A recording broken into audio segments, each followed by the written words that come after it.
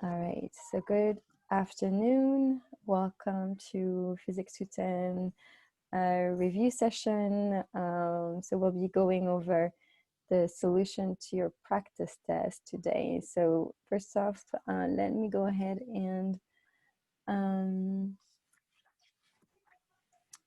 go find that for you.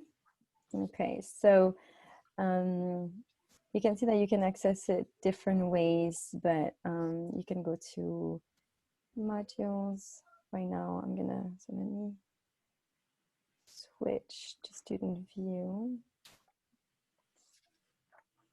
Oh, it doesn't seem like I can right now. So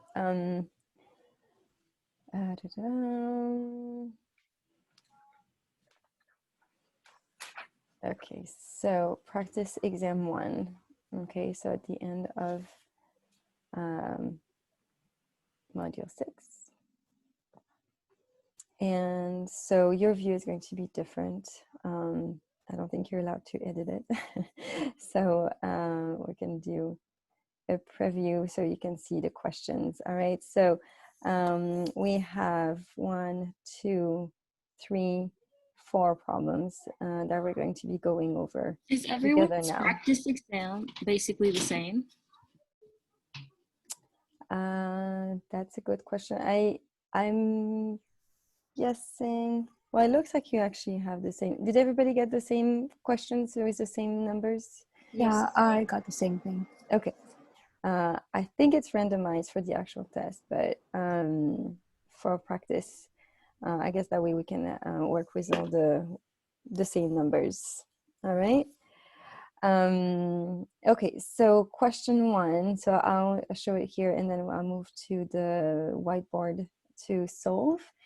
So if you have not looked at this question before, it says one of the fastest trains in the world starts from rest and accelerates at a constant rate of 18.6 meters per second squared until it reaches its maximum speed of 289 meters per second.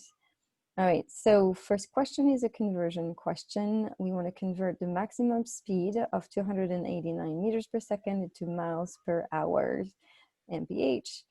And you're given the conversion factor, meaning that we know that there are 1,609 meters in 1 mile. Second question is finding the time that elapsed before the vehicle reached its maximum speed, and finally the distance the vehicle traveled before it reached its maximum speed. So before I go ahead and go over the solution, do you have any questions about the actual question? Or also, if you'd like to share kind of, you know, your own solution or something like that, like please feel free to say something. I'm gonna put the chat over so I can see. All right, so we're good. So that's the question that we're going to start with. So I'm gonna stop sharing this so I can move over to the whiteboard. As I'm doing this, please feel free to, you know, interrupt at any time. This is really for you. I'm gonna make it maybe a more pleasant color. All right, so and so if anything is unclear, this is really a good time to be asking your questions. So feel free to interrupt at any point. If anything, if I'm going too fast, too slow, or if anything does not make sense, please let me know. All right.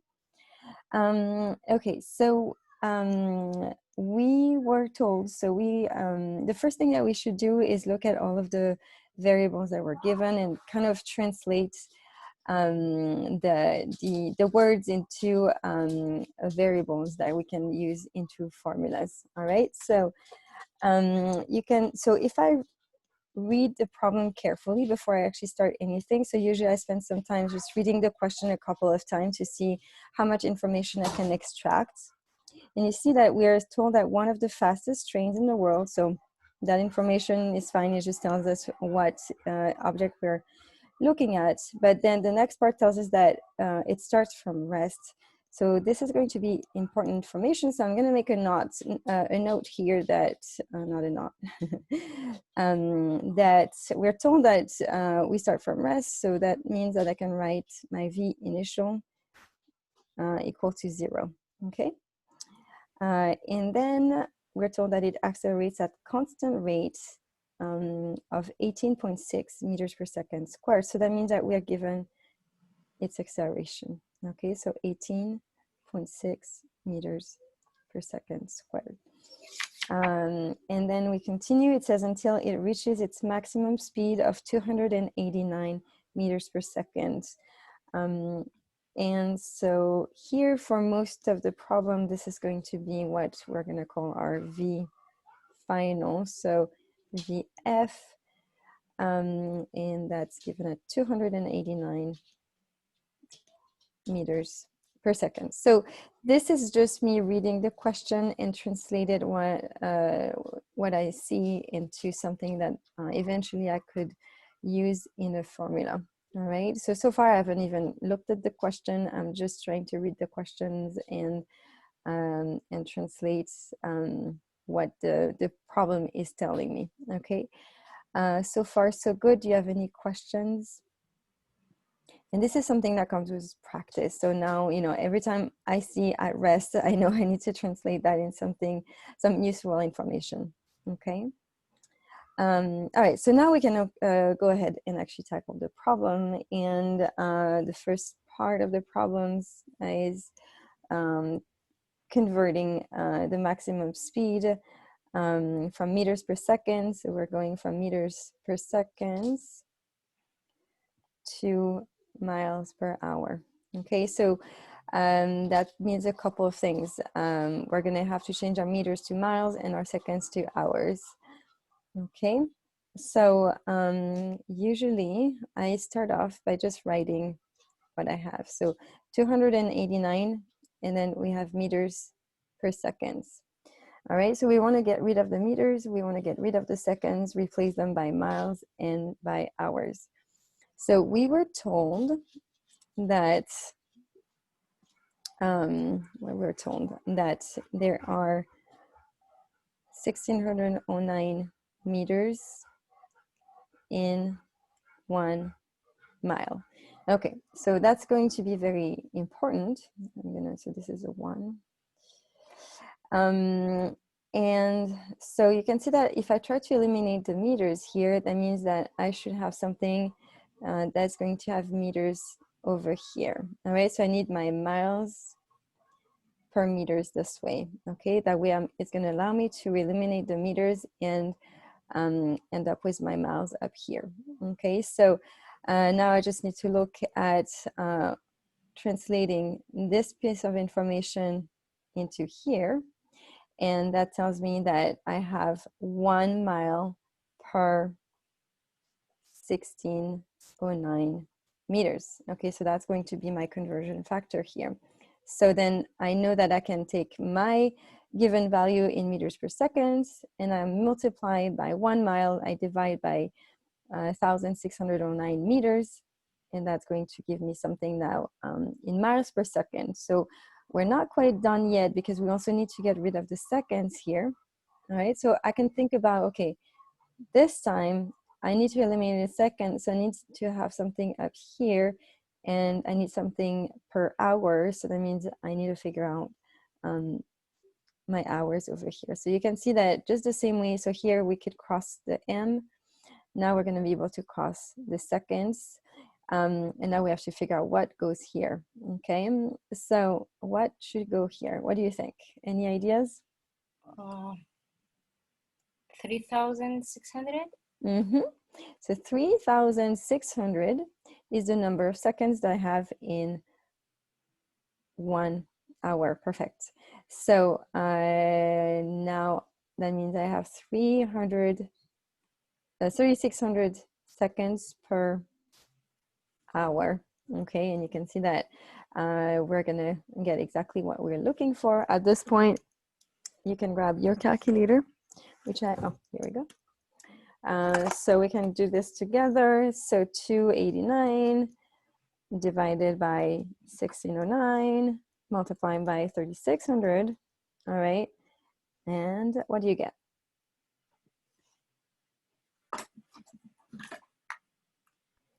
I got 646.6. Perfect. So 646.6. Now that would be now in miles per hour, which is the same as, so this right here, another notation is mph, mile per hour. I just want to see, okay, so here you can see that we have everything given with 3 significant figures. So I'm going to just stick to that. So this is going to actually be 647, oops, 47 miles per hour. Okay, let me see. I think I might have a question in the chat, so let's check. Do you know if he's going to be strict on rounding, like the homework? I would check with him because he's I the know some problems in the homework sets, they want you to write it in different forms for some reason, but I'll go ahead and ask him. Yeah, I would check with him directly. Since he'll be the one grading your midterm. I don't want to make assumptions and lead you in the wrong way. I usually try personally, no matter what, to just check. But I don't know what he's gonna do, so I would check with him to be sure. Okay, so now, we're done with part A. Okay, so this is our answer, 647 miles per hour. Then we have part B. Okay, so for B, we want to find the amount of time that elapsed before the vehicle reached its maximum speed. So we're looking for T, time, okay. So usually I try to draw a little table. So when I'm dealing with kinematics like this, we can look at, so usually I draw a little table with all the possible variables. So we have the displacement, we can look at the initial velocity, the final velocity, the acceleration, and the time, all right? Almost drew a straight line. Okay, this is improvement from okay, so now we can fill out. So here you can see that we're looking for T. Okay, so question mark here. Now we could put everything that I have up there. So so this is 18.6 meters per second squared. So you can see that it's nice that it did this work before, because now I don't really have to think too much about it. I just fill out my little table here. V final is 289 meters per second. This is 0. And we could reread the problem, but you can see that we actually don't know information about this. Why do I go through the trouble of doing this? This will tell me which formula is going to be useful. So now I'm going to look at my kinematic equations and look for a formula that will definitely involve T, because that's what I'm looking for. And then all of these variables except for delta X. Okay, so we don't have information at this point about delta X. So any idea what would be a good formula or a good equation to use for this one? Just a question, what do you mean about delta X? Is the distance? Yes, so that would be, so delta X, so just as a little parenthesis, delta X is your X final minus X initial.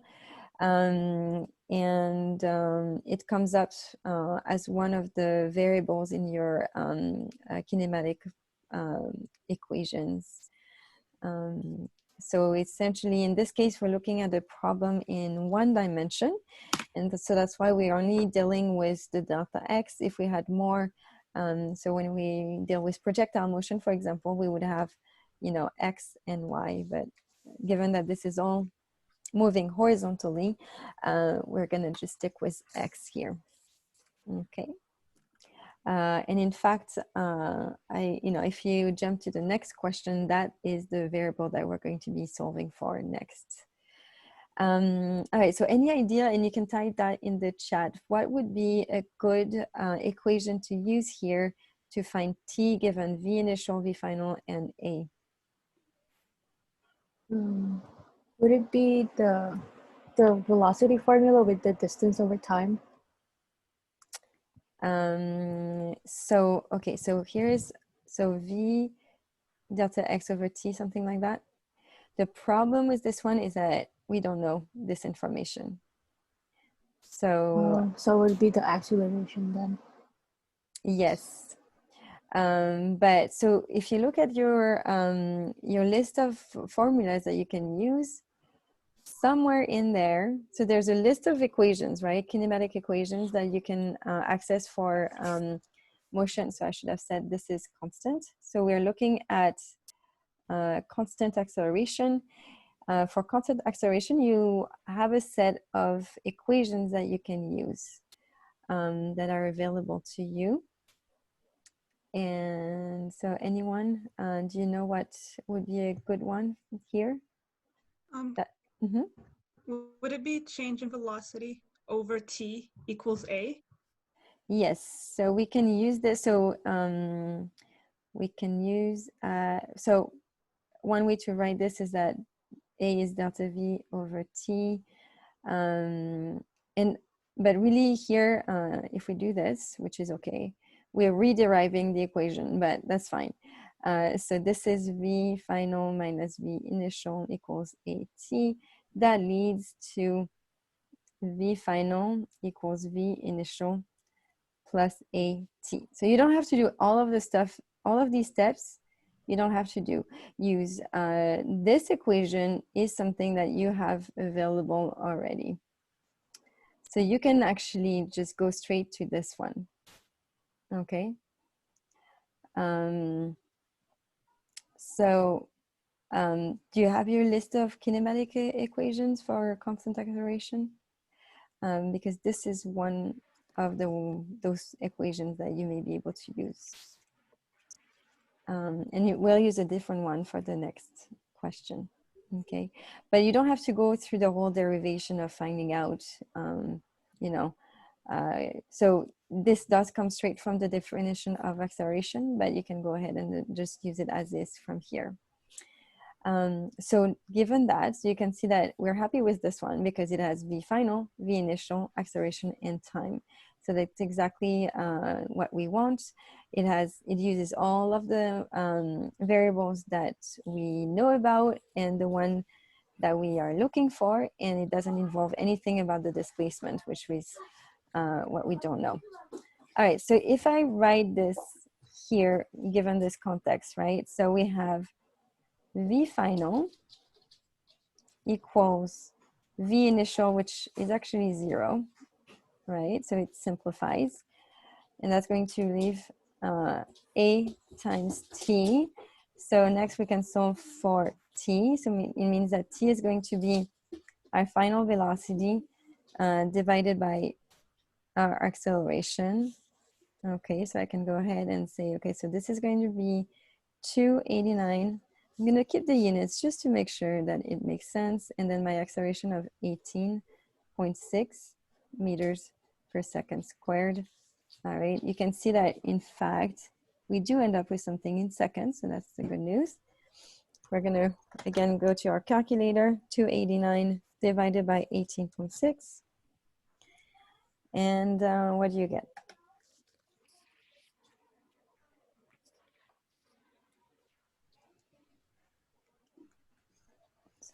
I get 15.5 seconds. All right, do we all agree? Yeah, I got the same thing. Okay, cool. All right. So something that's a good thing to do at this point is to check if it makes sense. Okay, does it make sense for the train to take 15 seconds? That sounds reasonable. Given, I mean, you know, we don't necessarily know exactly, but if I had gotten something that told me like it took 3 days, I should probably question my my reasoning here. Okay. All right. So what I'm gonna do is draw. I want to finish this problem on this page so we can see all of it at once. I meant to not have as much here, so sorry about the way this is organized. But now we can move on to part C. Part C is going to ask us to find the distance the vehicle traveled before it reached its maximum speed. So what I do again is go ahead and do the same thing. So I'm going to have the same little table. All right. So I gather all of my information in my little table and see what I should be using. So this time we were looking for distance traveled. All right. So this is the one that we're looking for. V initial, we're still going to take that to be 0. V final, 289 meters per second. And A is still 18.6 meters per second squared. Okay, so at this point I could say, oh, I know the time, all right, which is fine, but also the time is something that we have to calculate ourselves. So I'm always, not that we need to question ourselves all the time, but might as well use something that's not going to use something that we calculated, just in case we mess this step. If we did something wrong in part B, it'd be nice to not reuse that, just to be sure. So instead, we're going to look for a kinematic equation that's going to involve delta x, v initial, v final. So that's an F, sorry, looks like a T. And the acceleration. All right, do you know what equation would be useful? So we're looking for one that does not have T in it this time.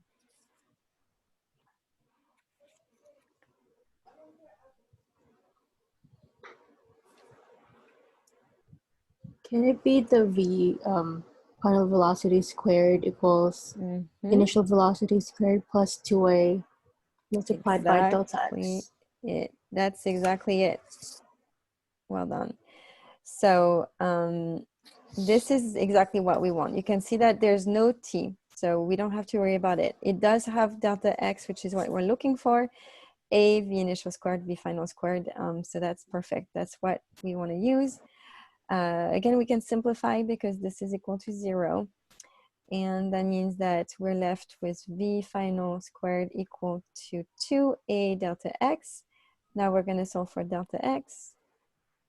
So delta x is going to be v final squared divided by 2a. If I'm going too fast, please let me know. I also, you might want to be mindful of your time and not go too slow. So just let me know what would be a good pace for everybody. So now we just plug in the numbers. So our V final, we've used it many times now. So that's 289 meters per second, and we square that. And then we divide by 2 times our acceleration of 18.6 meters per second squared. I always put my units just to make sure that I didn't forget something somewhere, so that I can actually look at my units. So meters squared, second squared, meters per second squared. You can see that we end up with something that's going to be in meters. So that's good. Now I'm going to plug in 289 divided by 2 divided by 18.6. So I get, whoops, I forgot to square, see? 289 squared divided by 2 divided by 18.6. So these are the easier. So most of the mistakes, and that's why you should always write down all of Wait, the you divide 2 by 18? Or did you mean multiply 2 No, by... I just, when I type in my computer calculator, I just divide by 2 and then I divide. So you could just say 289 squared divided by 2 times 18.6. Just be careful when you type it in your calculator, because if you okay. divide by 2 times, you have to put parentheses. So what I do in my calculator, I just like divide by 2, divide by 18.6. So whatever, as long as it corresponds to this equation, you're good. So as you see, it was very easy for me to forget the square here. So always write down all of your steps. So if you happen to make a mistake when you type things up in your calculator, it will be obvious that that's what happened and not something else. So now I end up with 2,245 meters. And again, I could stick to 3 significant figures. So that's actually about 2.25 kilometers. Okay, so it traveled during 15.5 seconds, and it took 2.25 kilometers for the train to get to its maximum speed. All right. So he's gonna prefer those sig figs for numbers like that. So usually you're supposed to check the sig fig that you have. Oh wait, I question. forgot. I saw that you converted to kilometers. Oh, got it. Do we have to convert to kilometers? So typically the questions will ask you the units you're supposed to give stuff in, but if not, you don't have to. You could keep it in meters. Okay, thank you. Yeah, unless it specifically tells you like what is the distance in kilometers or something like that. But there is in the question 10%. What's that mean, 10%? Can you about say that the again? rate? Okay. Yeah. Je veux faire suivre quelque chose et ça me laisse pas contrôler. Sorry about that. Okay. Je peux rien faire. So what was your question again? No, just I thought in the paper sheet it has like 10%, 10%. So I realized that this is the point of the question, like how the grade. Oh, yeah. Okay, yes. Like I have to calculate 10%. Oh, no. Yeah, no. Yeah, I think that's the weight of the question. So that's the how much that counts for towards the final grade for the test. At least that's my understanding. But... Yeah. Okay. All right. So any questions for this problem? No, we're good. Thumbs up. All right. So I'm gonna stop sharing that for a sec so I can read you the next problem. So we'll stop sharing this and then go back to the right. Okay. Okay, so I'm gonna leave this up for a second. I'm just gonna step away for a minute to check because there's a lot of drama going on in the background. And then I'll come back and we'll read the question together. So you can start reading and take notes really quick, and I'll be right back.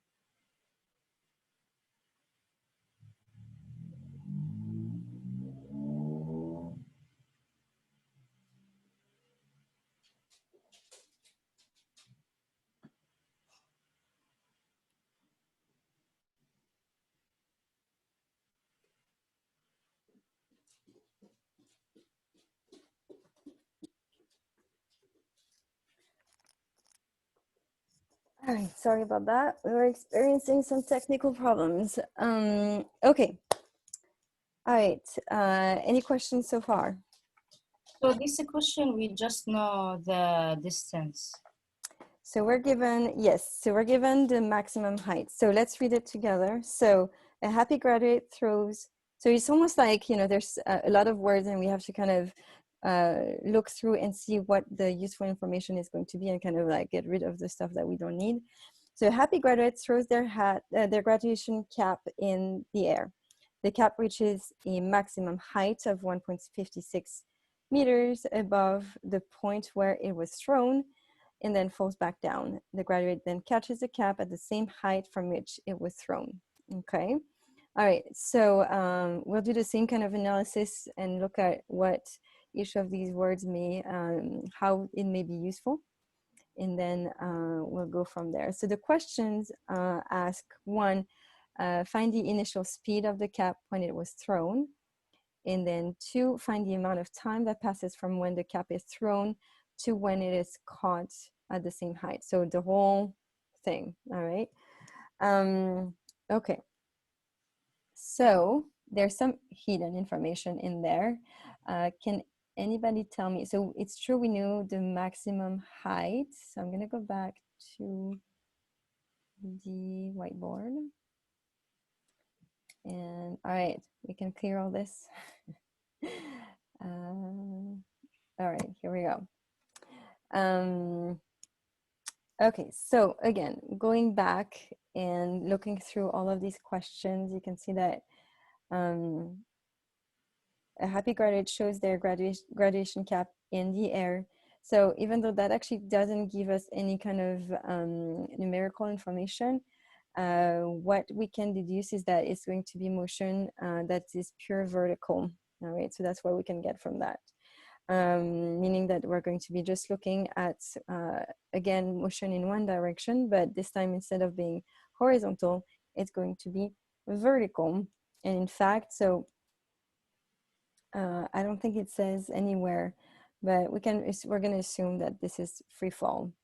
Even though, you know, in real life, if we're doing this, there's more air resistance than anyways. So the cap is reaching the maximum height. So here we're told that the maximum height, so I'm gonna call that, so it's labeled H max, is equal to 1.56 meters, okay? So that means that we are gonna throw it from this height. It's gonna go up and then it's gonna be caught from the same height. This here is H max, and this here is going to be our initial height, and also, as it turns out, our final height. Okay. All right, so that's the motion that is described in the rest of the question. It may seem like, okay, what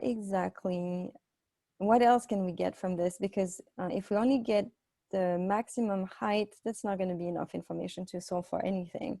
In fact, if you look at question A, we need to find the initial speed of the cap. So we need to find, so here we throw this with a V initial. And so we want to know, okay, so what is this V initial so that we can reach this maximum height over here? So can you tell me about any hidden information that I have not written here yet? The final velocity, which is 0. Would it be 0? So the final velocity, so that's a tricky one, because technically the final velocity, when we get back to here, is not 0. That would be the velocity right before we catch the cap. Because after we catch it, we are actually using different physics, because it's no longer in free fall. We are exerting a force and all kinds of more complex things. So we're going to assume that the final velocity in that case would be right before you actually even touch it. Oh, okay. So The initial distance is 0. The initial x. Or the So initial, you could set that. So you could say, okay, so I'm going to set to decide that this is 0. That would be fine. Yeah, you can set that to be the 0 height. What I'm going to actually suggest is that, so here we know, so again, if I draw, my little table, I'm going to write it. So I want to stick with your notations. Do you prefer here that I use a delta x or a delta y? And it really doesn't matter because we're only using one direction, but usually what I do if we're looking at vertical, y. vertical, I would use y. So we're going to set that to be 0. And then here that would be our h max. Okay, so in this case, we're going to then, if we want to stick with y, we're going to write delta y. And the same things as before. So you're going to have your v initial, v final, acceleration, and time. All right. So what do we know at this point? So we know that we're looking for this. Okay. Do we have any information about the acceleration? Gravity. Mm-hmm. So if I draw my acceleration at any point during the motion, I know it's going to be downward. So on this axis is going to be negative g, which can also be written as negative 9.8 meters per second squared.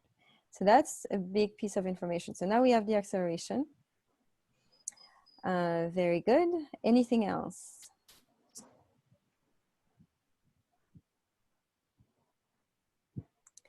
Technically, so here we have to decide what part of the motion we're going to be looking at.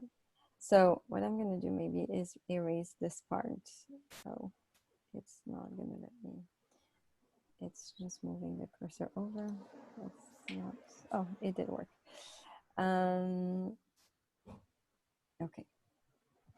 Things get moving the way. It's interesting.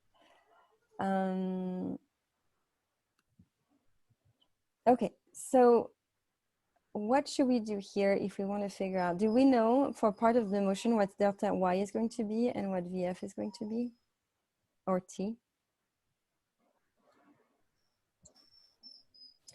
So you can see that we're given the value for h max, which would mean that then we would have information about the delta y. So why don't we actually look at the motion here from when we throw the cap to when it reaches the maximum height.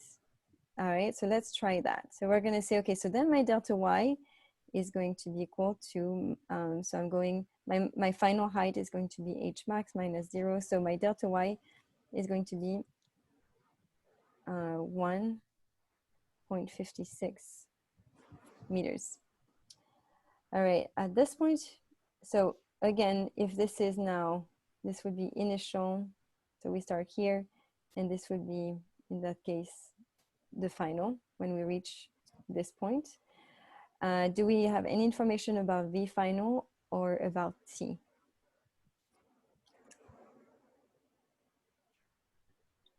Because to be able to solve, we need one of these two. V final 0. Yes, perfect. So we actually don't need to worry about T.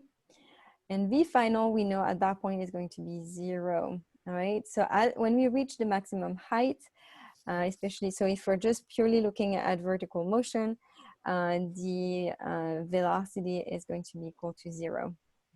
Okay, so now we have everything we need. We're looking for V initial and we filled out everything else except for T, but we're not going to need it. So once again, we're going to be looking for an equation that's going to be using all of these variables except for T.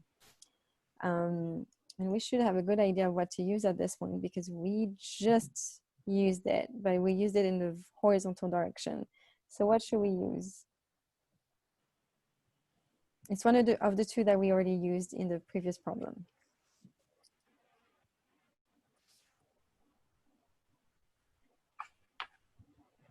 The x is, oh.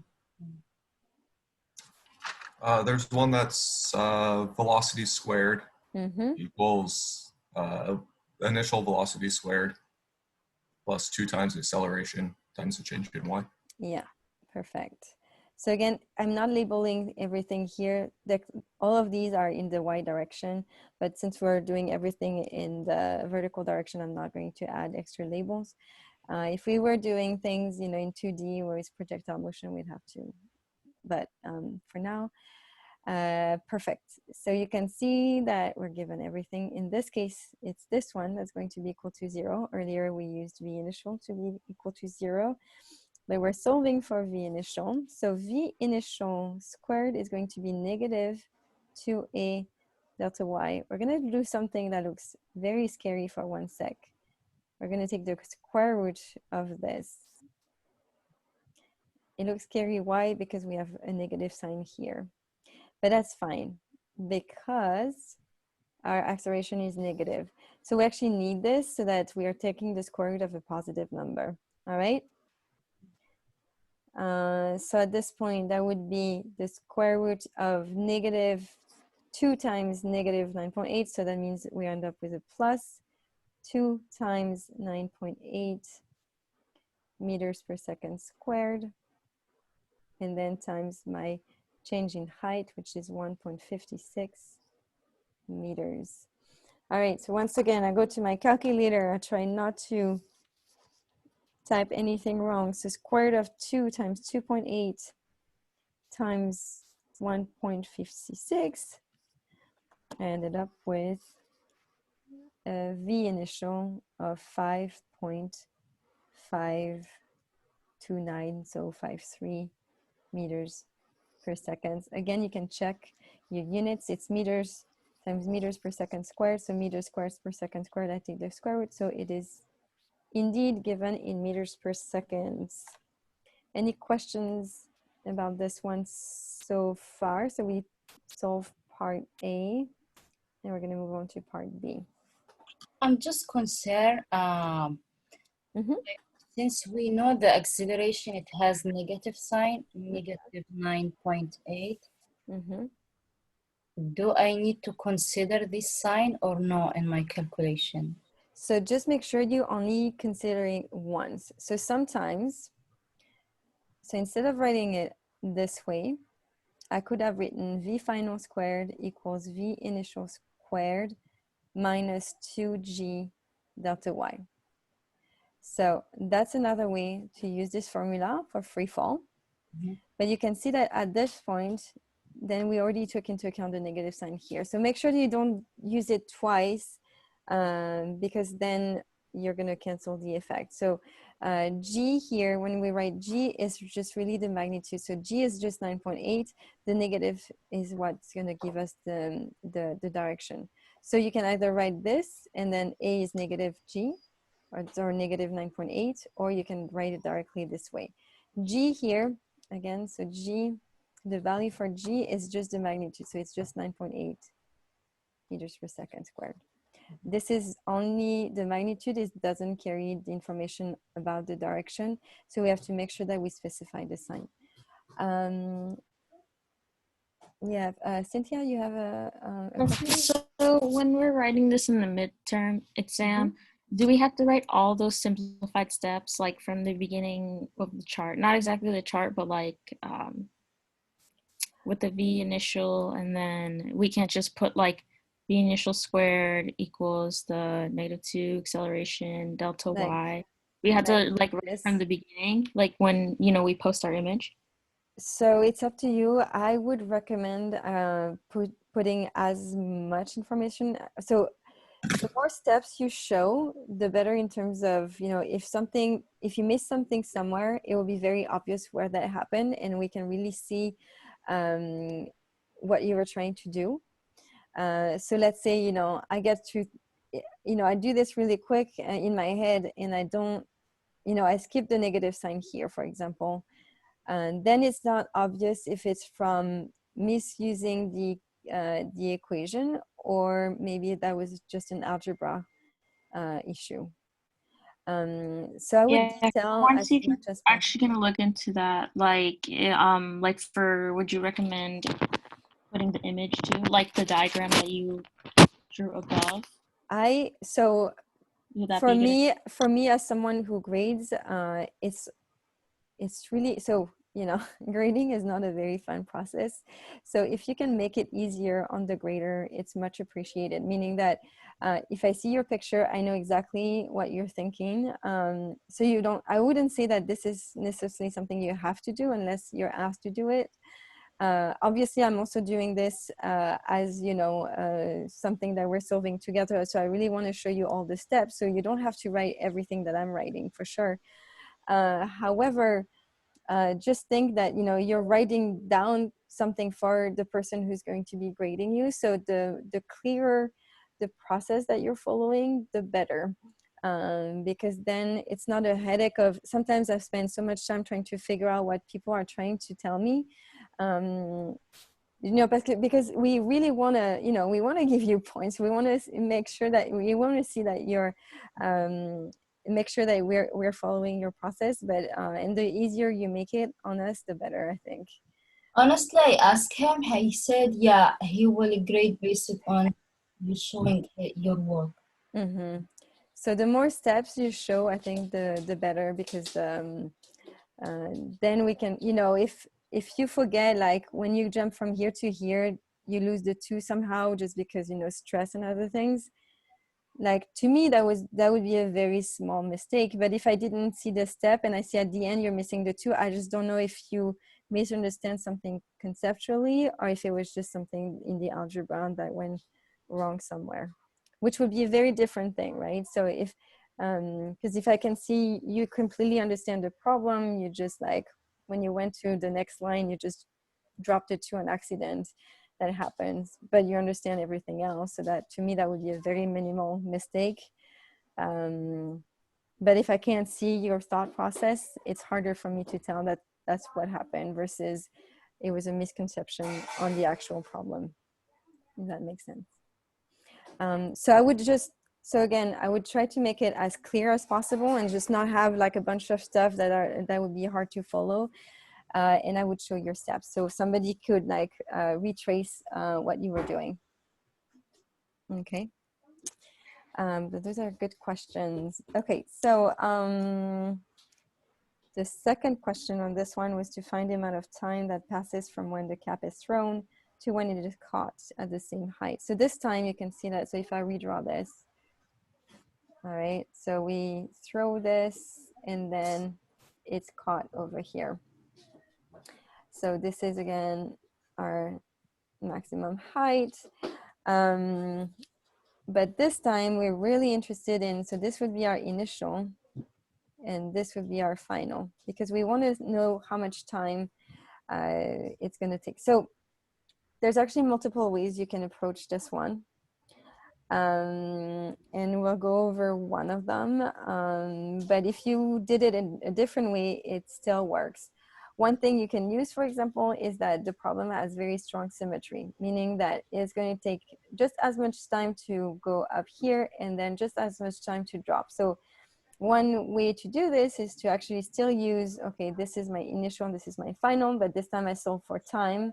And I look at how much time it takes me to go from, you know, when I throw it to the maximum height, and then I just double that time. So that would be one approach. We're going to be looking at a different approach, which will be, okay, we're going to take the moment it leaves the hand as the initial and the moment it's caught as the final, okay? So if I do this and I redraw my little table with all my variables, all right.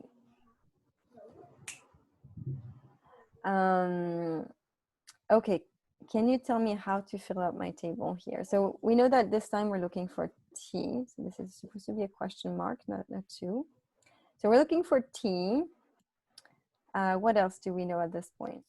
The initial velocity. We know the initial velocity. So that's the one that we just calculated. So 5.53. So I told you before, okay, so maybe we should try not to use it, but we'll see that it will come in handy. one way to not use that is to say what I was just saying earlier and use these conditions again, except that this time you will switch off. So this would be the one you don't use, and this would be the time that you're calculating, and you then multiply by 2. If you didn't want to use v initial, that would be one way to do it. Anything else? The delta y. What is the delta y in this case? Is it 1.56? Oh wait, yeah. So actually the delta y, if we are starting from here and then we go back here, this one is actually going to be 0. 0. So we're back at the same height. So essentially our displacement is equal to 0. What is our v final? Technically, we don't need to use this one. However, we could use symmetry here also. I just have a question. How you said the height gonna be 0 since we have to multiply by 2? Everything we have to multiply. Oh no, so this time, so this would be a different method. So here I'm actually looking at initial being when you throw it, and then final being when you catch it. Okay. The same height. You're right. So if I were to just cut it in half, then I would still use my H max of 1.56 meters. Okay. So again, and as is the case for these problems, there's different methods to solve.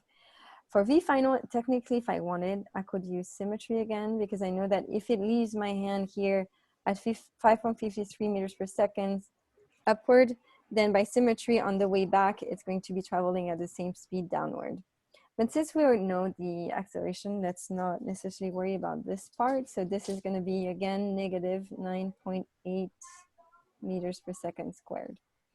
All right, but again, you could use V initial and V final. So lots of options actually on this one.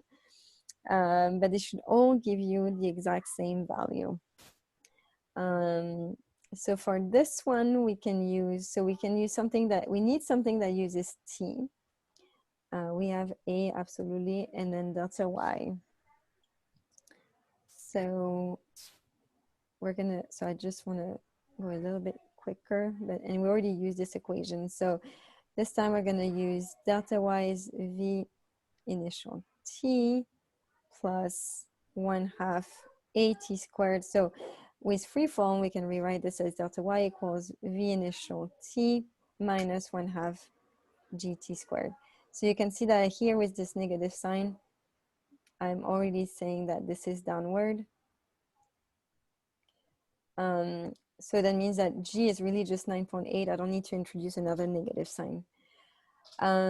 This equation can be sometimes a pain because you can see that we're solving for T and it's a T squared, but in this case, you can see that we're lucky because this is 0. So things are going to simplify. So now it's just an algebra problem. So I'm going to have V initial T equal to 1/2 GT squared. You can see that I can simplify this. I end up with T equals, so you're gonna erase this one and have this T here, and it's gonna be 2 V initial divided by G. And again, you can see that I could have used this part and then multiply by 2. If I had done it this way, I would have ended up with a T that's V initial over G.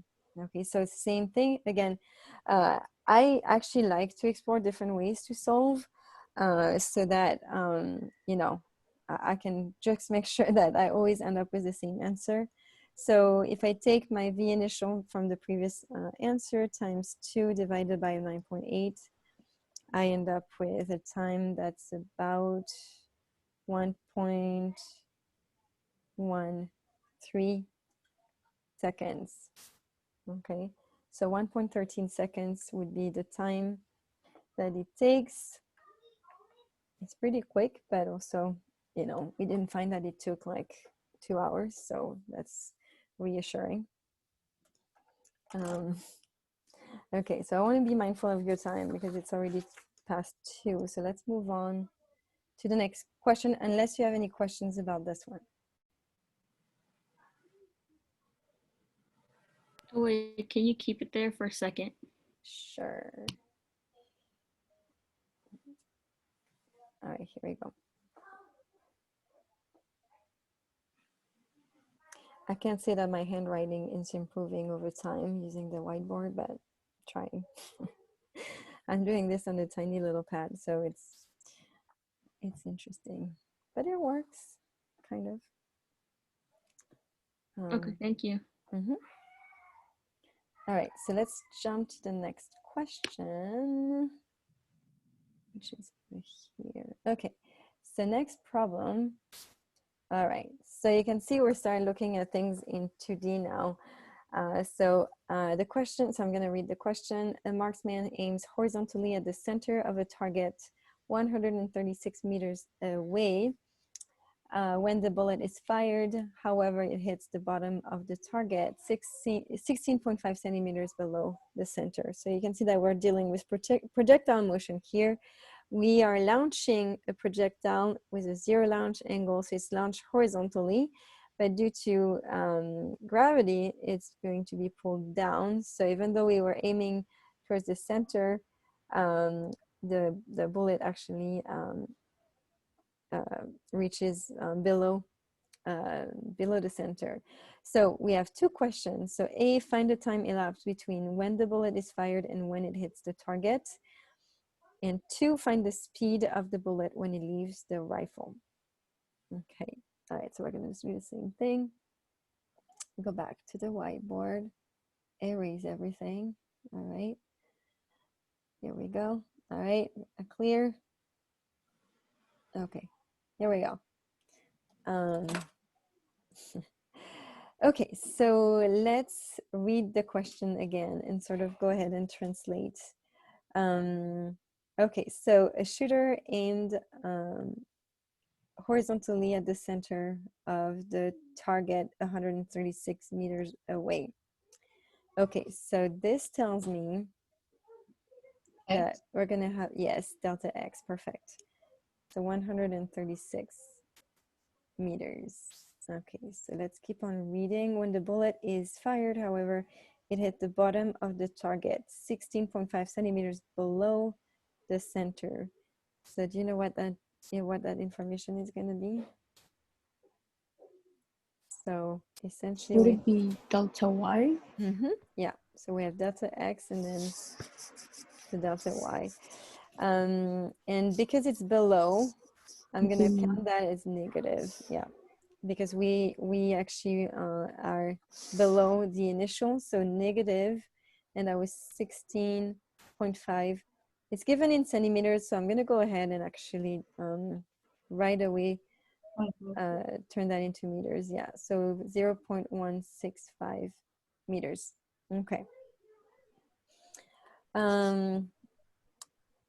So now, what else do we know? This is going to be projectile motion, so we can basically assume there's no air resistance. That's going to give me information about my acceleration. So in the x direction, it's going to be 0. In the y direction, it's going to be negative g. So again, here I'm assuming an x and y axis this way.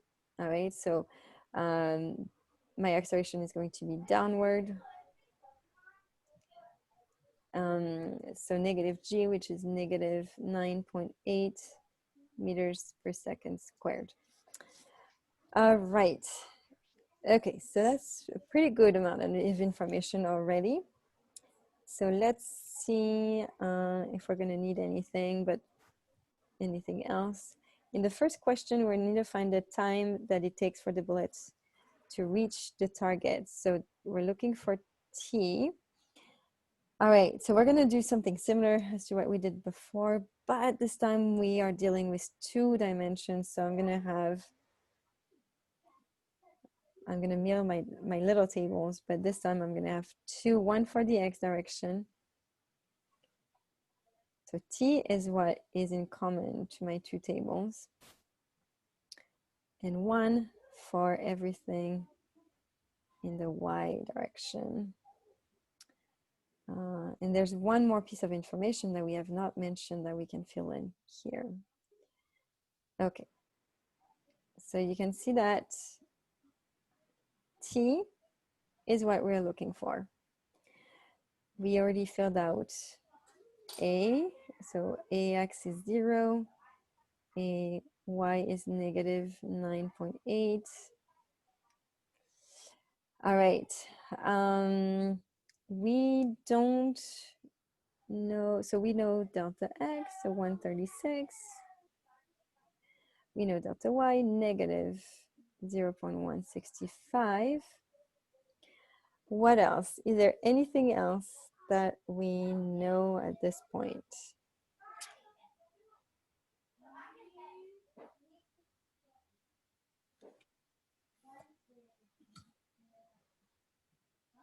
Would final velocity in the x direction be 0?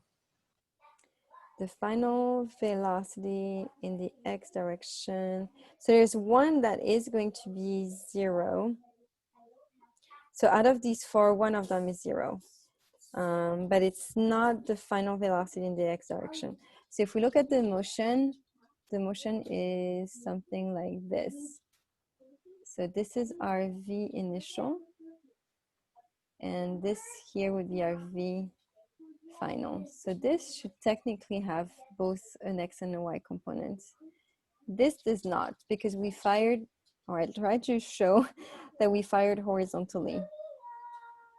So that tells me actually that my VIY is 0.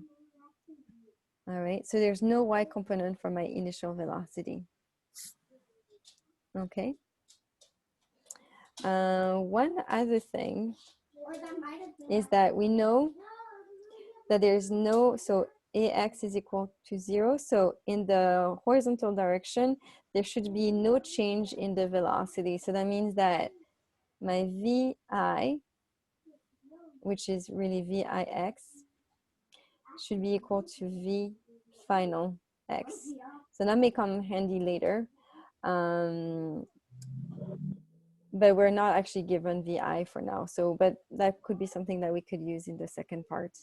But if you look at what's going on here, you can see that we already filled out enough information to solve for t using this and without having to worry about the final velocity. Okay.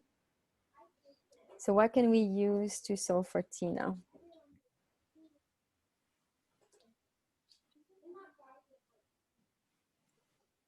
And it's going to be the same one we just used, right? So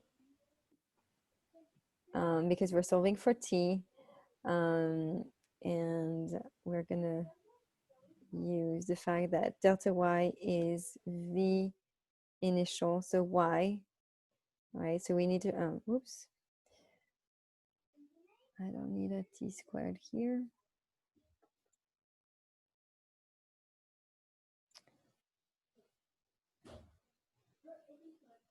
Okay, so t, so vi initial t, it's not going to matter much in the end because that term is going to be 0 and minus 1/2 gt squared. Okay, does that sound good? And this part goes to 0 because there's no vertical component of our initial velocity because the bullet was fired horizontally. And you can see it's going to make sense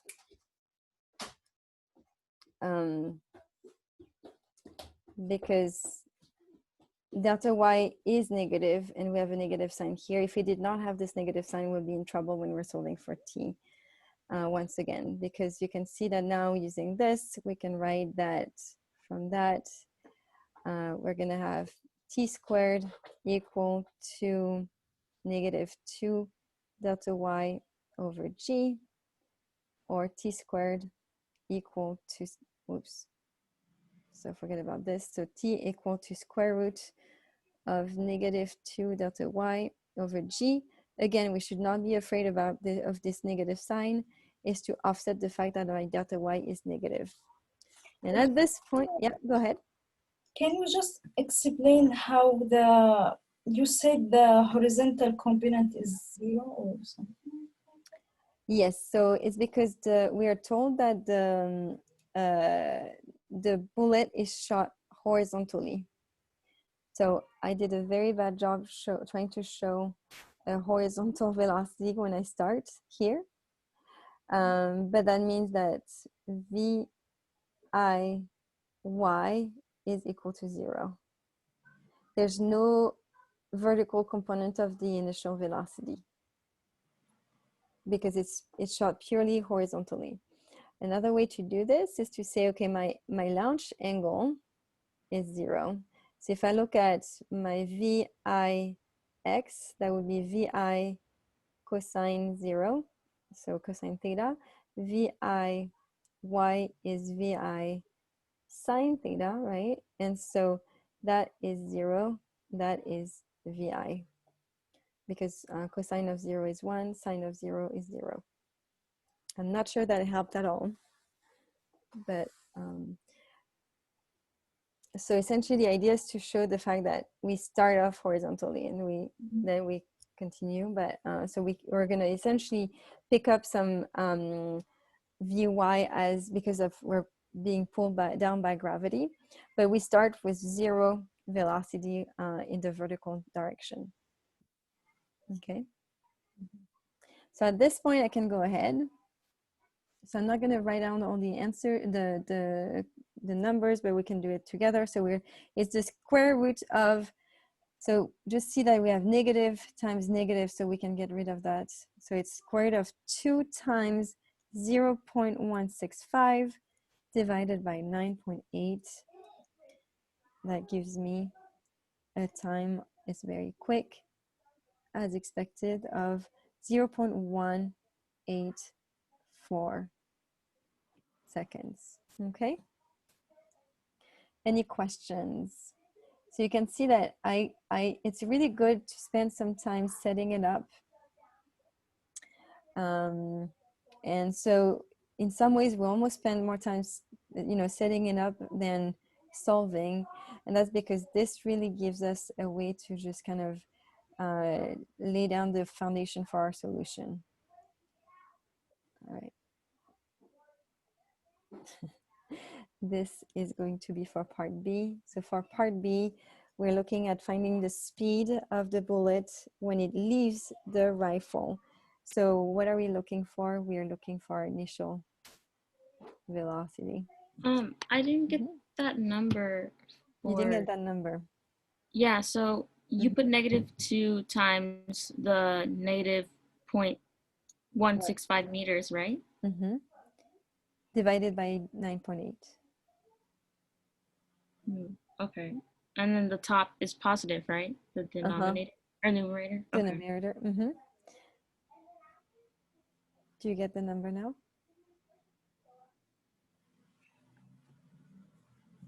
How can you plug a negative into the square root? So it's not negative because yeah, I got it. Okay. Because it's negative times negative, so we end up with a positive number. Okay. Cool.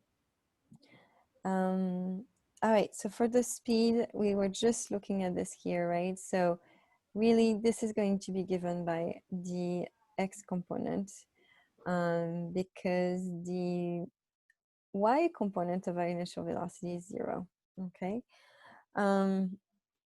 So we can do a couple of things. So now we have the time, so we could use this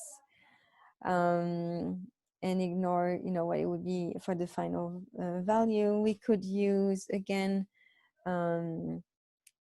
so there's a number of things that we could use. We could use,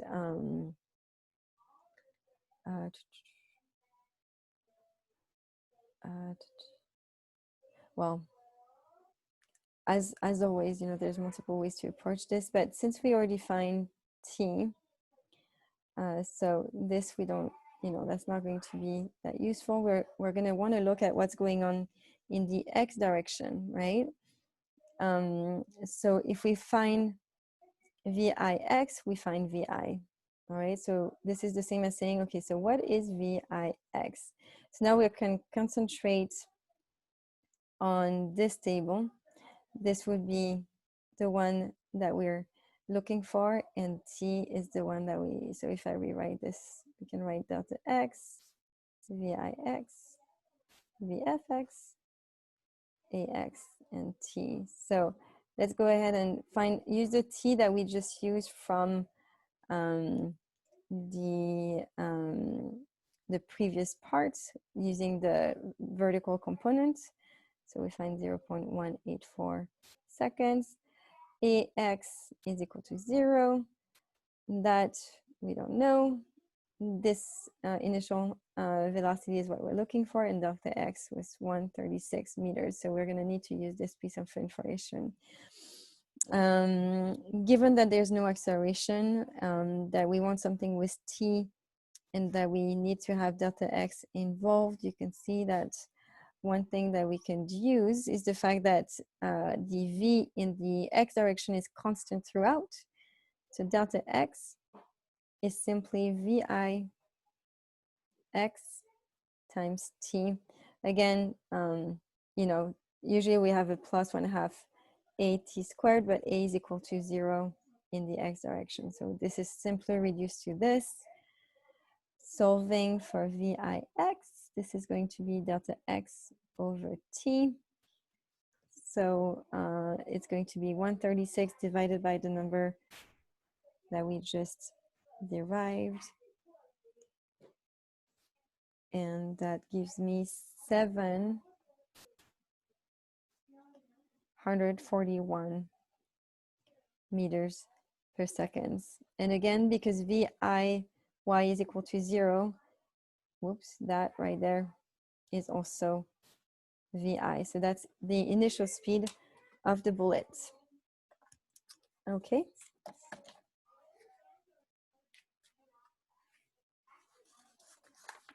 Any questions on this one? And then we'll move on to another projectile motion problem with different initial conditions. So can I go ahead and share? I got 739. So that's probably just because, that's probably from rounding. Did you use 0.184 for t? Yeah, I did. It's so 130 divided by 0.184, right? Yeah, so it's just rounding because I used, to do the calculation, I actually used the more precise, so the 0.1835033. You're gonna want us to use the more precise numbers? I would think if you show your work and, you know, it's just a round off error, I don't think it should matter. I would double check with them, but usually it's not really an issue. By default, I would try to go with the non-rounded value in the calculations, and that will give you something more precise though.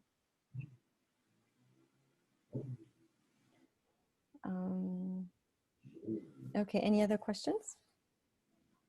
So here you divide 136 over 0.184, right? Yeah, except, so the only thing is the 184. So if I write this with all of the or all of the numbers from the calculation, that actually is 1835033. So I actually use this in my calculation. But if you use 0.184, you're just going to get a slightly different value because of rounding errors. But usually rounding errors don't really count against you. So, okay. Yep. All right. Okay, so if there are no other questions, we can move on to the last. Just 1 second. Can you go back just to take a photo? Yes.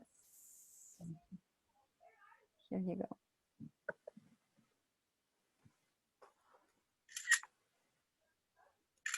Thank you. Okay, so now I'm going to move on to the next question. All right. So last problem. We have a football player trying to score a goal by kicking the ball into the top of the goal, which is 2.75 meters high. He kicks the ball so it has a velocity of 24.8 meters per second at an angle of 51 degrees above the horizontal when it leaves the ground. So you can see that this is another projectile motion problem. The difference being that in the previous problem, our angle, our launch angle was 0, and now it's 51 degrees. First question is, at what point in the ball's travel will the speed of the ball be the slowest during its motion? Find the value of the ball's slowest speed during its motion towards the goal. B, find the horizontal distance the ball travels before it reaches the goal, the distance D in the diagram. So you can see that here we can't use as much symmetry, and that's just because it doesn't reach the ground, right? So it's actually at a height of 2.75 meters above the ground. And finally, find the velocity, both magnitude and direction of the soccer ball as it enters the goal.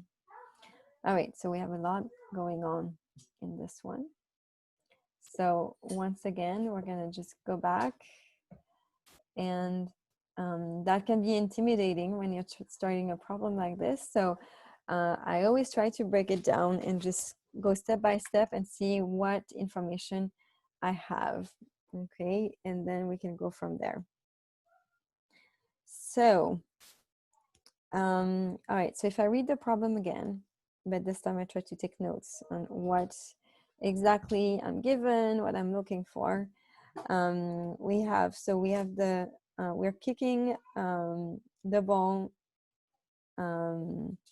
towards, you know, a height of 2.75 meters. So that's going to be my delta y. All right, so translation, my delta y is going to be 2.75 meters. Then I continue, kick the ball, so it has a velocity of 24.8 meters. All right, so that's going to be VI.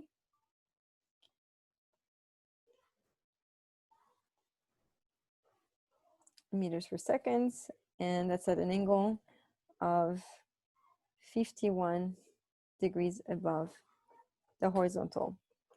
Okay. Here you can see right away, so we're given the magnitude of the speed and the angle. From that, we should be able to find the components. So at this point, you can see that usually VI is not going to be what we're going to need when we solve the equation. So it's actually good to break it down into components. So this information is going to give me both my VI in the X direction and my VI in the Y direction. So just as a quick note, you don't have to do this at this step, but I kind of like to just see what information I have. So this is going to be VI cosine theta. This is going to be VI sine theta.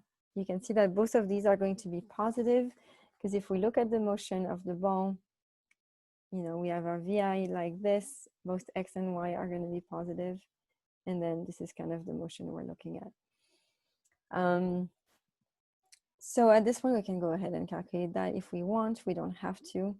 But so VI, so I need to make sure my calculator is in degrees, and it is.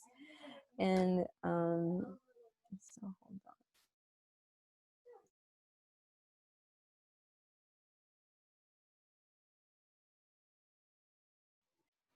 on. All right. Okay, so VI 24.8 times cosine of 51. That gives me 15.6 meters per second. So again, this is not part of the question. This is just me working through what information I have. For the Y direction, I'm going to repeat. So 24.8, but this time times sine of 51. So that gives me the Y component of my initial velocity. That comes out to 19.3 meters per second. Okay. Now I can keep reading. So now we're going to jump to the actual first question. So for part A, when will the speed of the ball be lowest during its motion? and find the value of that, the minimum speed. So what do you think? So this is, we have to start off more conceptually here. So what do you think, where during the motion are we going to find the lowest value of the speed of the ball? So we're looking for V min. What do you think? The top of its arch. Exactly. So that would be somewhere around here. How do we know this? You know, is there a way you could explain that conceptually? I just think that when it comes off the foot, it's accelerating. And when it comes back down to earth, it's accelerating. But there's got to be a point where it flips, where the acceleration stops. So technically it's, yeah, so it's not the acceleration that's going to stop, but you have the right idea. So technically it's always subject to the same acceleration throughout the motion. We're going to be subject to the acceleration due to gravity. What's going to stop is the speed at some point, but not in all directions. So throughout this whole motion, Vx is, there's no acceleration in the x direction, so it's Vix. So that's constant. So that horizontal component is going to be the same everywhere. What's going to change is Vy. So Vy changes throughout the motion. As you're going up, Vy is going to decrease because acceleration due to gravity is downward. So it's going to, so Vy here decreases until at this very point, at the maximum height, Vy is equal to 0. And then on the, as it starts coming down, Vy starts to pick up again, because now the ball is going to start accelerating downward and we're going to pick up more speed in the vertical direction. So Vmin, that's going to happen at the maximum height. All right, did everybody follow why? And so the idea is that the speed is going to be from both the horizontal and vertical components. And the horizontal component is going to stay the same throughout because there's no horizontal acceleration. The vertical component of the velocity is changing, and it's going to be minimum when it's at the maximum height, which is when Vy is going to be equal to 0. Okay. So at the maximum height, Vy is going to be equal to 0, which means that V is going to be given purely by Vx, which in turn is given by Vx initial. And guess what? We already calculated that. So V, the minimum value, is going to be given by 15.6 meters per second. That's this number right here. Okay. Does that make sense? Do you have any questions? In some way, that was a much more of a conceptual question than it was something numerical, really. So it's really about understanding what projectile motion is and how to really break down the motion into the X and Y components. All right, we're getting closer. 2 more questions. How are you all doing? Hanging in there? And feel free to interrupt again if anything, you know, doesn't make sense, if you have any questions.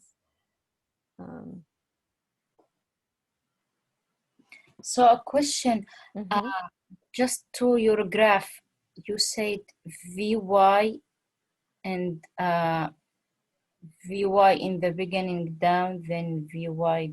So Vy, so this means that it decreases. So as the projectile goes up, its horizontal, his vertical speed is going to decrease until it reaches 0. at the top of the trajectory, and then it's going to start falling down, and at that point your vertical velocity is going to start increasing because it's falling towards the earth. So to go up, the speed will decrease. Mm-hmm. And to go down, the speed will increase. That's correct. And the minimum is going to be right when you reach that limit, which is when you reach your maximum height. And at that point, you have no vertical velocity, that Vy is equal to 0.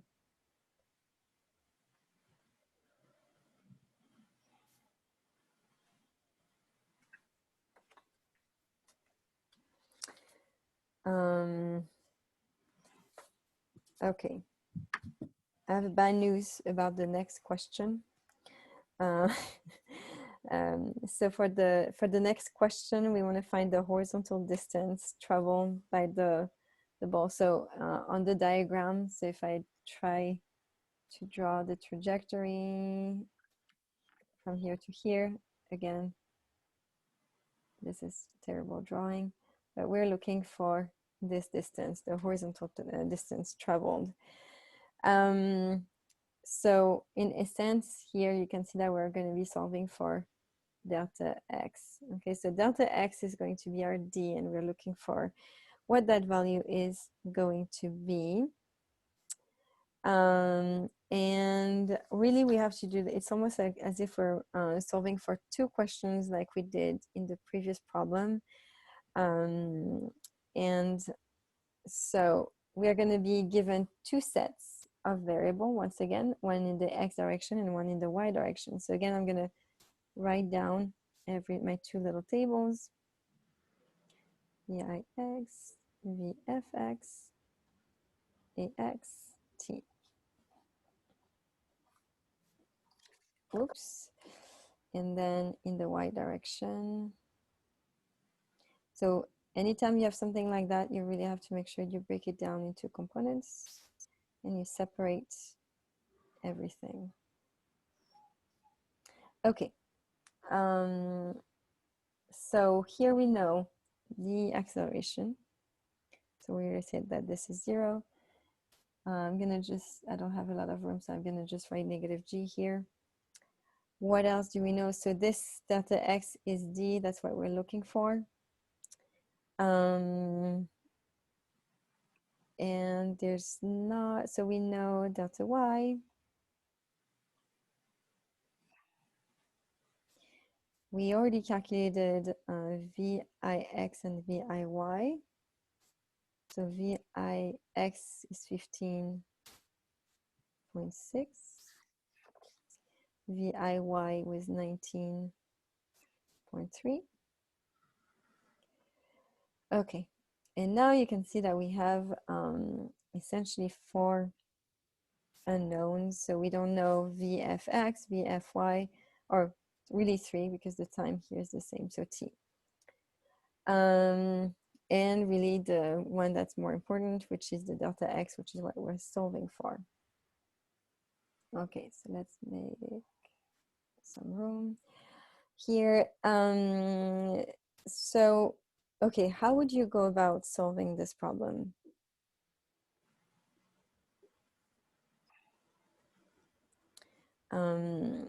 So we have two sets of equations because we have x and y. You can see that here we're gonna have to use the y direction because even though we're looking for d, which is in the x direction, unfortunately we're stuck because we don't have enough information here. So we would need to know one more piece of information, and you can see that t here is the same for both. So if we could solve for t using this equation in here, and this you can see we can do because we do have more information since we know delta y. Then if we have t here, then we could use t in the x direction and solve for delta x.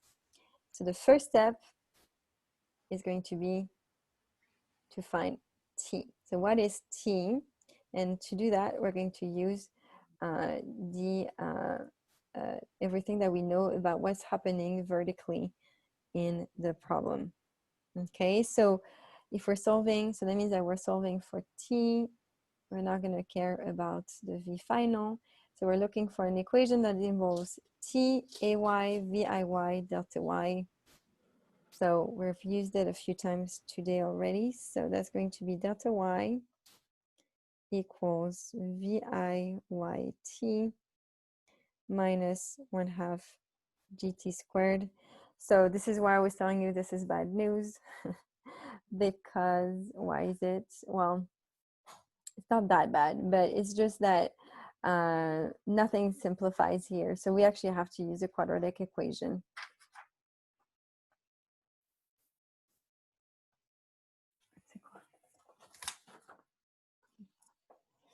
All right, so good old quadratic equation. It's okay, we're gonna break it down so we can simplify. But so for now, I'm not gonna write down any of the values, but you can see that we know delta y, we know viy, we know what 1/2 g is gonna be, right? So we should be able to solve.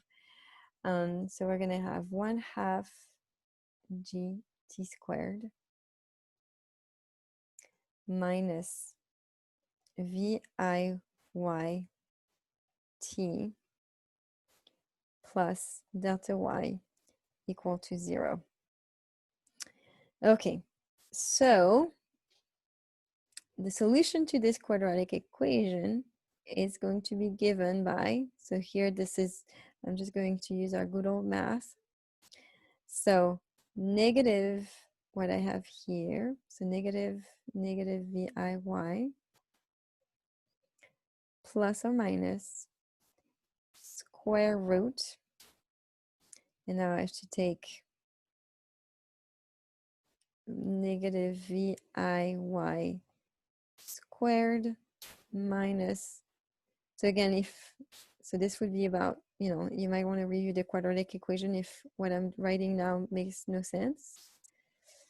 Delta 1. Okay, and then I have to divide this all by 2a, which in this case would be 2 times 1/2 g. Okay, all right, we're almost there.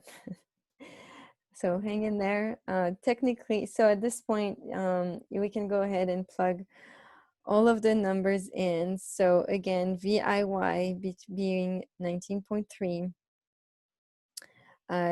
We have G 9.8, delta Y, which is going to be 2.75. And you can see that we're going to have two solutions because we have a plus or minus. All right, so you should go ahead and put that in your calculator. So I'll do one real quick and then I'll give you the other one. So for example, we're going to have 19.3 plus square root of 19.3 squared. Oops. Didn't mark the. Okay, and then minus 9.8 times 2.75. And then I divide that by G because you can see that the, whoops.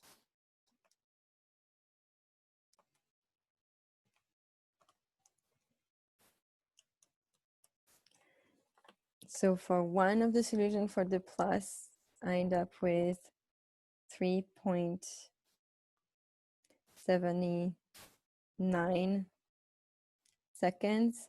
If I use the negative sign, so you can repeat and you'll find that it's 0.148 or so seconds. So these are two solutions. All right, so do you know which one we should be using?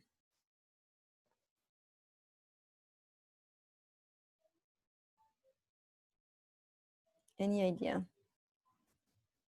How would you go about figuring out which T you should use here?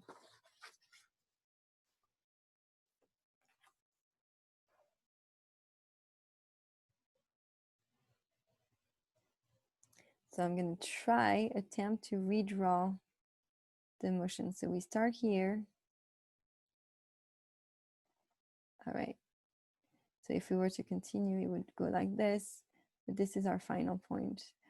What I want to show you is there's actually 2 times when we're going to cross delta y equals 2.75.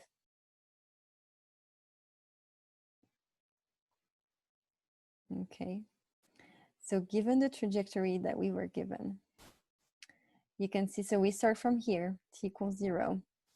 Then eventually there's going to be a time we're going to be at delta y equals 2.75 meters. That's going to be this time. All right. And then we keep going and we're going to cross that again. It's going to be this time. You can see that our goal is actually here. So the time that we want to use is going to be this one. Okay. So if you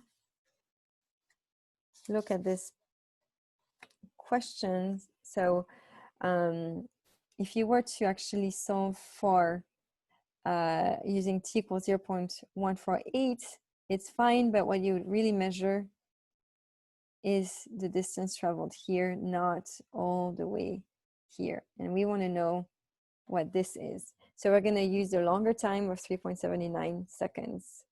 Okay. So we're almost there. Now we have the time.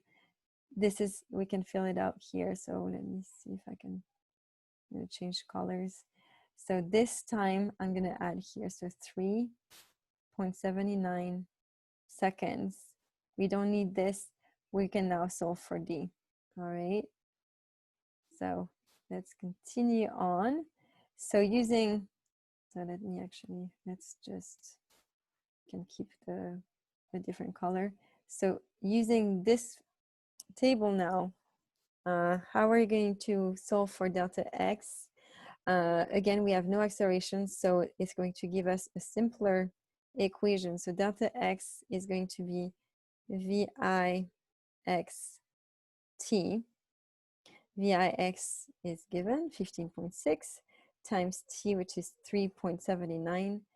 And again, so 15.6 times 3.79, that gives us about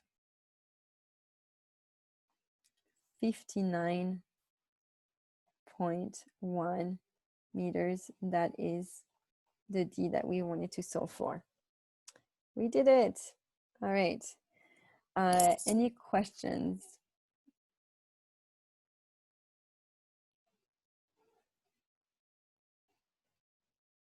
Again, Mm-hmm. T.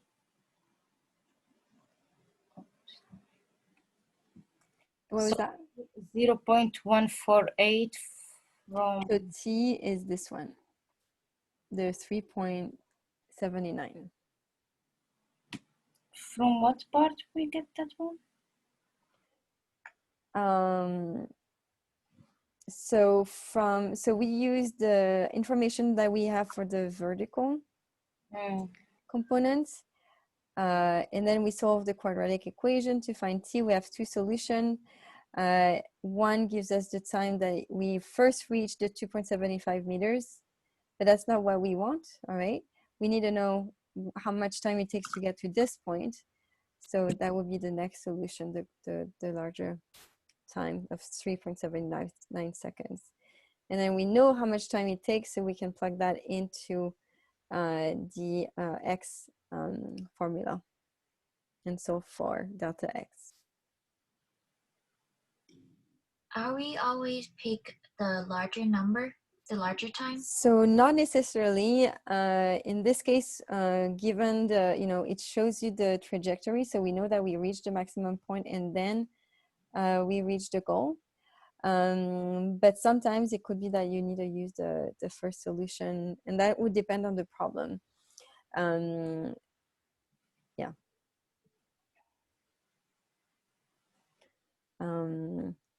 But it makes sense, right? We do need to have 2 solutions because of the symmetry. We do reach y equals 2.75 twice during this trajectory. So this is one of the, so these are kind of the trickier one in terms of projectile motion,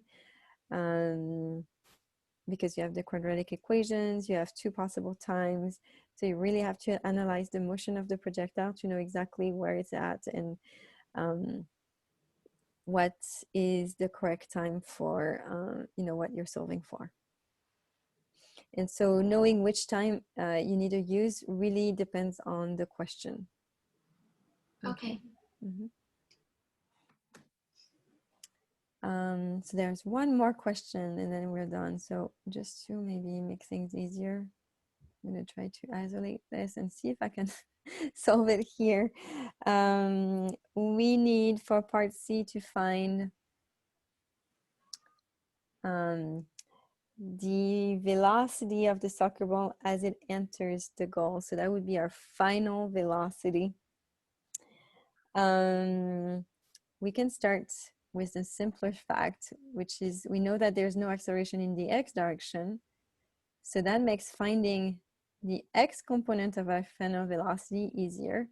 So v final x is going to be the same as v initial. So that's solved. So we already measured that or calculated that to be 15.6 meters per second. I feel like I drew something out of the Little Prince. Okay, so that takes care of the x component. What should we do for the y component? Well, at this point, we've already calculated pretty much everything. So we could look at, you know, essentially turning that into a question mark in solving with this. Again, multiple ways to do this. You can use the time that we just calculated. You can use various things.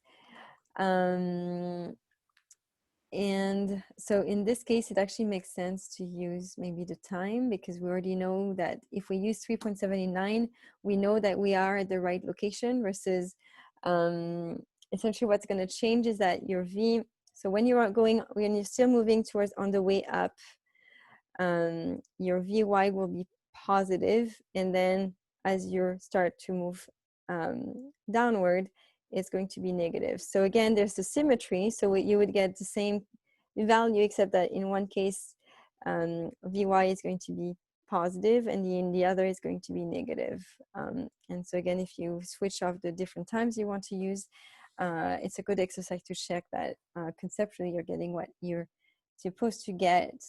But here we could use, for example, Vfy equals Vi y minus gt, since we have the time. But again, you can take other considerations and solve using the other, you know, using another equation. Just make sure that you have to account for, oh, am I taking the positive or the negative solution? In this case, it should be the negative solution, which if you use the correct t, it will end up negative. So VIY is 19.3 minus 9.8 times 3.79. So let's plug that in. So again, 19.3 minus 9.8 times 3.79. I do end up with a negative value, negative 17.8 meters per second. So we're pretty happy now because we have both x and y components for our final velocity. You can see that it matches what we expected. In terms of where we are at, our velocity should be pointing this way, which means that it has a positive x, but a negative, so this is v fy, this is v fx, positive x, negative y. That's what we expected. So that seems to confirm that we're heading in the right direction. Okay, I have a teeny bit of space to find the rest. So we need to find the magnitude. So how do I find the magnitude of this? Would it be the square root of final velocity for the x squared, and then final velocity for y squared? Exactly. So Pythagorean.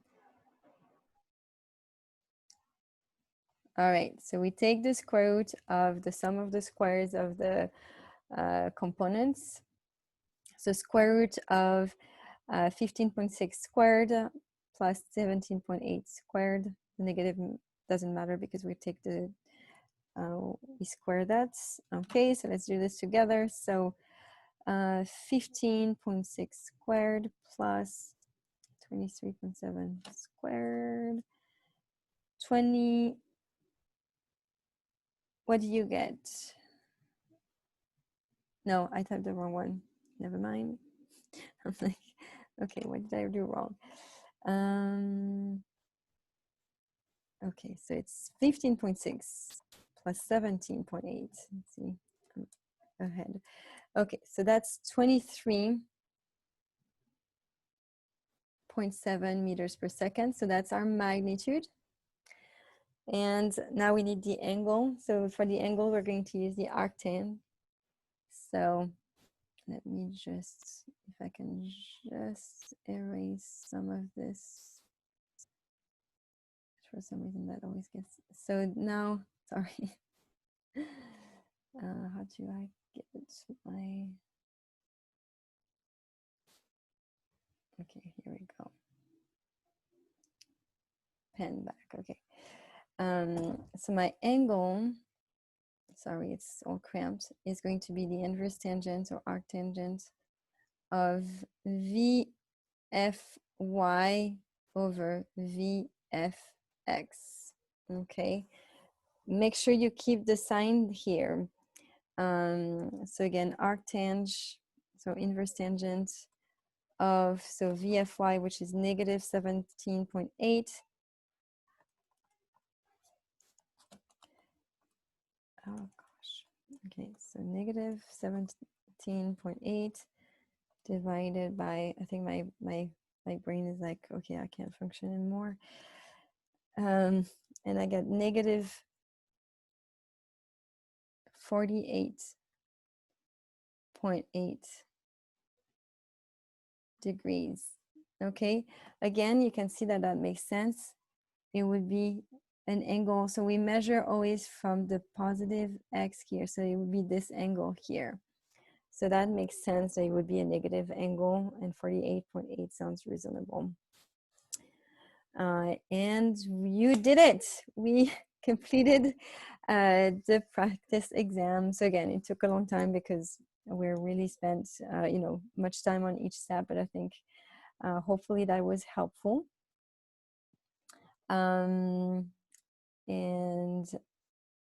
can you just again for VFY, how you did V initial Y minus gravity multiplicity, like this part, the last step in So is your question, why can I use this, or yeah, like how you did V final, this part, right?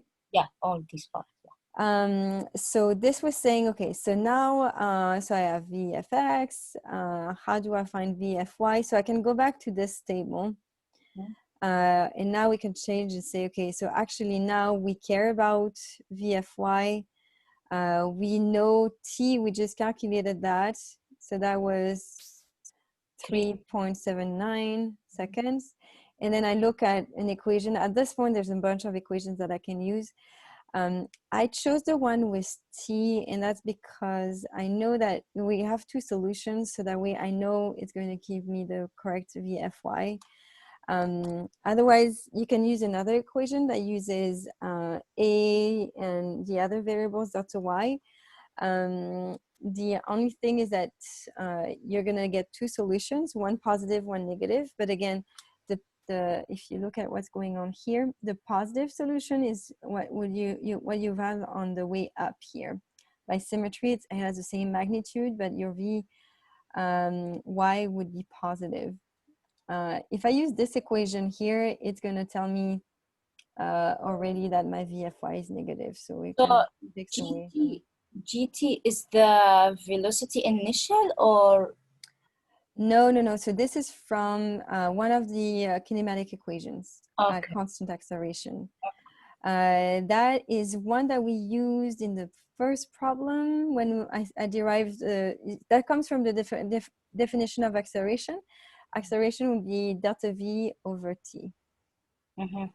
And that's where that comes from. So that's one of those equations that you have in your toolbox that you can use. And again, that's, I think, the one that we used in the first question. Let's go back.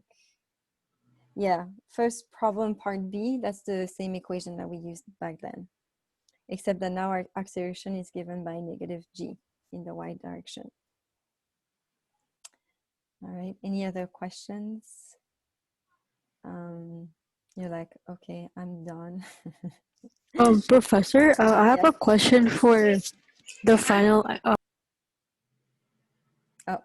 Oh, sorry. No. For the final angle, do we have to like specify which direction? Because I remember seeing something on the textbook about like north of west or something like that. Do we need to do that for this question? So unless it's specified, I would say like this should be enough. So as long as you say, you know, it's negative 48.8, it's assumed by convention that we're measuring from so whenever we measure, so I'm gonna just use so whenever we measure an angle, it's always from the positive x-axis. So we're going to assume that that's what you give unless, you know, so just be careful. For example, if you have an angle that's going to be here, you will want to measure from like this. Here, because it's negative, that means that we're going to be on this side. Okay.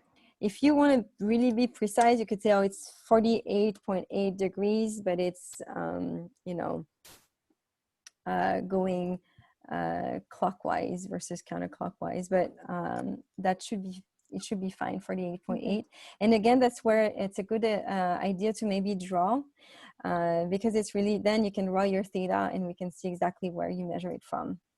Okay. Thank you. And another thing, you use the square, which is Vx square plus Vy square. And we use it as the initial, right? You mean over here, right? Yeah. So this is just trigonometry. So essentially I'm saying, so if I draw my V, so my VF is like this, right? So this would be VF, this would be VFX, and then this would be VFY. What I'm saying is that I'm measuring the length of this thing here. So I use Pythagorean theorem because I have a 90-degree angle here. So if I take the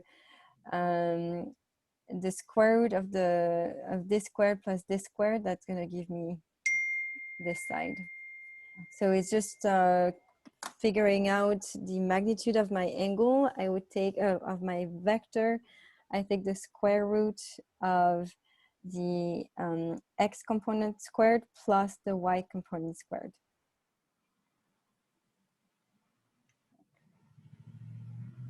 Did that help? There should be a review in the textbook also about vectors and how to calculate the magnitude of a vector and the angle of a vector.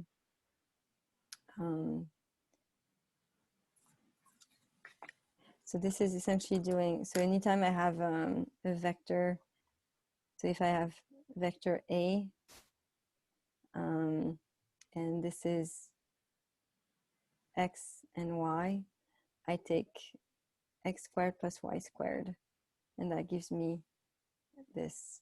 And that, because I'm using a right triangle with x, y, a.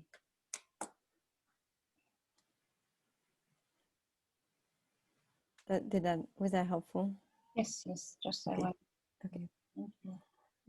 Any other questions? It's getting very crowded on there. Also, if you have any other questions. And when he said direction, it means negative or positive, right? The direction is actually the angle. Oh, okay. So the direction would be negative 48.8 degrees. And minus, it means it goes down. That's right.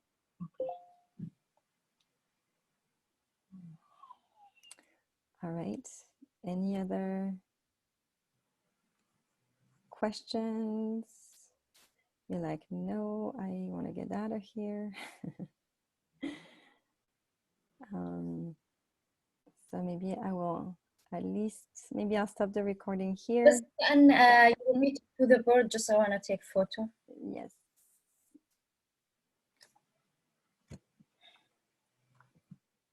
All that hard work.